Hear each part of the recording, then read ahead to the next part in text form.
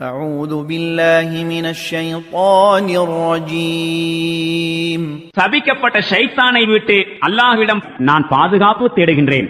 سبحان ربك رب العزة عما يصفون தூய்மையானவன் இறைவன், கண்ணியத்திற்கு உரித்தானவன். இவர்கள் புனைந்து கூறிக்கொண்டிருக்கும் அனைத்தையும் விட்டு அவன் தூய்மையானவன். وسلام على المرسلين மேலும் சாந்தி உண்டாகட்டும் இறை தூதர்கள் அனைவர்கள் மீதும்.